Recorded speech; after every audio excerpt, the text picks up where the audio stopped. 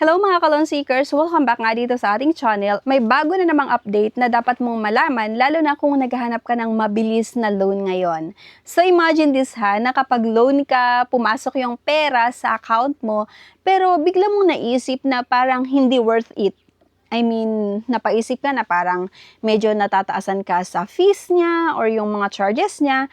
So alam mo ba mga ka-ins review, itong Cash Express, pwede mong isauli yung pera na inutang mo, yung exact amount na natanggap mo within 24 hours. Kung sakali na naaprubahan yung loan application mo at pinadala nila yung pera, then sa tingin mo parang hindi ka natuwa doon sa amount na natanggap mo or yung mga charges nila, pwede mong isauli nga within 24 hours at walang kahit anong dagdag na bayad. Okay?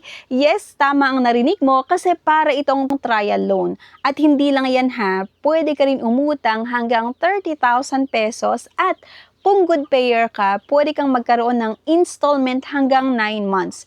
Kaya kung gusto mong malaman kung legit ba ito, paano mag-apply, at para kanino talaga, di ba, ang loan na ito, make sure mapanood mo hanggang dulo. At sana hindi muna kayo mag-apply hanggat hindi mo natatapos ang video natin para iwas regret later, no? Unang-una, ang tanong ng karamihan, ano nga ba si Cash Express? So by the way, si Cash Express nga isang online loan platform na available dito nga sa Pilipinas at kilala siya sa mabilis na approval at madaling proseso.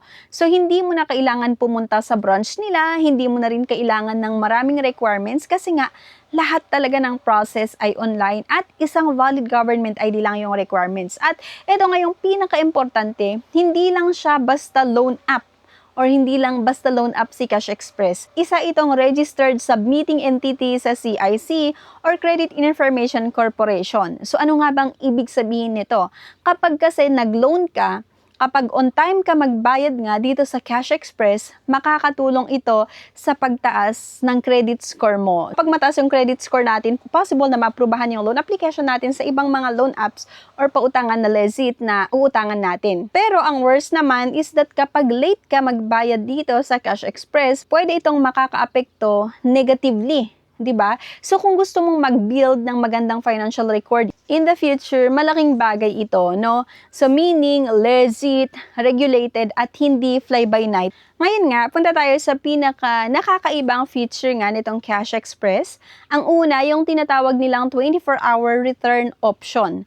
So ganito siya, kapag na-approve ka nga, pumasok na yung pera sa e-wallet o bank account mo, hindi ibig sabihin na automatic na kailangan mo na siyang bayaran with interest.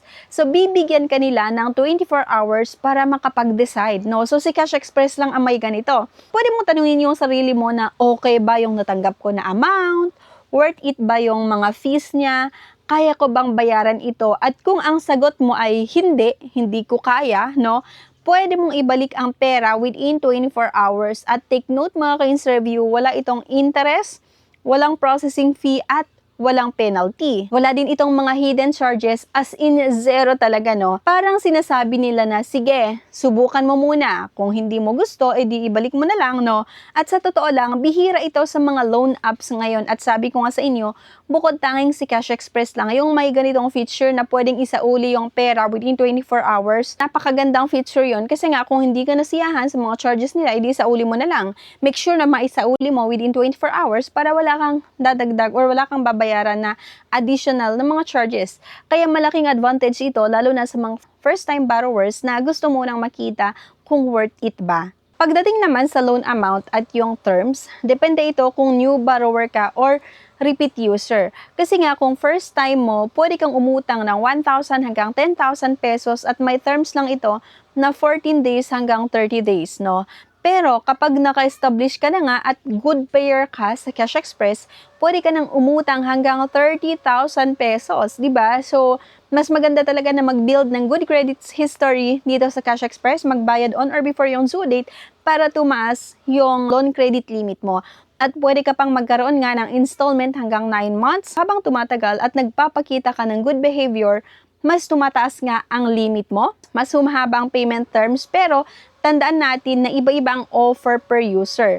Kaya nakadepende pa rin ito sa una, yung profile mo, yung income, at yung payment history mo. Kaya nga, huwag mong i-expect na pareho kayo ng makukuha ng ibang tao at huwag nyong i-expect na pareho kayong ng terms, di ba? Kasi malay mo ikaw, bago ka palang umutang sa Cash Express at yung iba, matagal na silang gumagamit ng Cash Express app. Ang good news nga is that sobrang dali lang talaga yung requirements dito kasi kailangan mo lang Filipino citizen, yung edad ay 18 to 60 years old, dapat meron kang valid ID, active mobile number at may GCash or bank account, optional pero malaking tulong. Then, yung proof of income, syempre, dapat meron tayo. And then, accepted IDs, national ID, pwede rin yung UMI, driver's license, passport, voter's ID, PhilHealth, at iba pa. So, ang pinakamaganda, wala itong interview, walang home visit, walang physical na pupuntahan. Hindi mo kailangan mag-visit sa kanilang branch kasi lahat nga ng process ay online. Kung ready ka na, ganito lang kadali mag-apply. Una, i-click mo nga lang yung link na makikita sa comment section. Then once na-click mo yan, ma-route ka sa official Cash Express website. Ang pangalawa, gumawa ka lang ng yung account gamit ang mobile number mo. Then number 3, i-fill out mo lang yung personal at work information mo.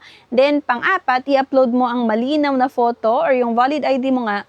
At number 5, isubmit mo lang ay yung loan application at pagkatapos niyan, maghintay ka na lang ng around 5 to 15 minutes and kapag approve ka na, diretso talaga yung pera sa e-wallets or bank account mo. So, ganun lang talaga kabilis din yung pag-apply nga dito sa Cash Express, napaka-hassle-free rin. So, yun na nga, bakit nga ba marami ang nagtatry na umutang nga dito sa Cash Express? Dahil una nga, fast approval, perfect ito for emergency din talaga. At number 2, flexible yung terms. Meron silang short terms at long terms option, lalong-lalo sa mga repeat borrowers. And number 3, yung meron silang 24 hours return option. So, ito talaga ang pinaka-stand out sa feature nila na nakita ko. And then, pang-apat, CIC reporting, 'di ba? So pwede mong gamitin para mag-build ng credit score. At pang-lima, instant disbursement din ito once approved yung loan application mo. So hindi mo na kailangan na maghintay ng matagal. And pang-anim or number 6, nag-offer sila ng higher limit lalo sa mga repeat borrowers na nagbabayad lagi on or before yung due date. Kasi nga habang tumatagal at maayos kang magbayad, tumataas ang loan limit mo nga sa Cash Express. Kaya nga, kung responsible ka, mas nagiging beneficial siya over time. Kaya kung gusto mong mataas ang chance mo na ma-approve, ito ang tips ko lang, gumamit ka ng main number mo. Number 2, siguraduhin mong consistent ang details mo talaga at dapat malinaw yung ID ni upload mo, maglagay ng reachable na contact and yung reference. Then iwasan na mag-apply sa maraming apps ng sabay-sabay. At ang pinaka-importante kasi talaga ay magbayad tayo on time, on or before yung due date kung target mo na yung mas mataas na installment terms, no? Kaya kailangan mo talaga ng maging good payer from the start. O, reminder lang mga ka-loan seekers, ang loan ay hindi libre na pera, okay? Gamitin mo lang ito kung kailangan talaga and always check the fees bago ka mag-proceed. At kung feeling mo hindi worth it, di ba? Gamitin mo yung 24-hour return option. At tandaan kasi, reported ang loan history mo sa CIC, so ingatan mo ang record mo dahil makakatulong ito sa future loan mo. So yan nga mga ka-loan seekers, yan ang full updated review natin ng Cash Express and isa nga ito sa may pinaka-unique feature ngayon na 24-hour return option. Kaya kung gusto mong subukan, make sure na naintindihan mo lahat ng details bago ka mag-apply at syempre sa mga gustong i-check nga itong Cash Express or loan na offer ng Cash Express. Kung gusto nyo pang i-explore, i-click nyo nga lang yung link na makikita sa comment section para ma-route kayo sa official website nila. Disclaimer lang tayo, this video is for informational and educational purposes only. So apply at your own risk pa rin. I am not liable for any financial decisions you make and always review and assess before applying sa kahit anong loan app. So again, this is Gia sa review, ang iyong guide sa mundo ng online loans and see you sa next video. Bye!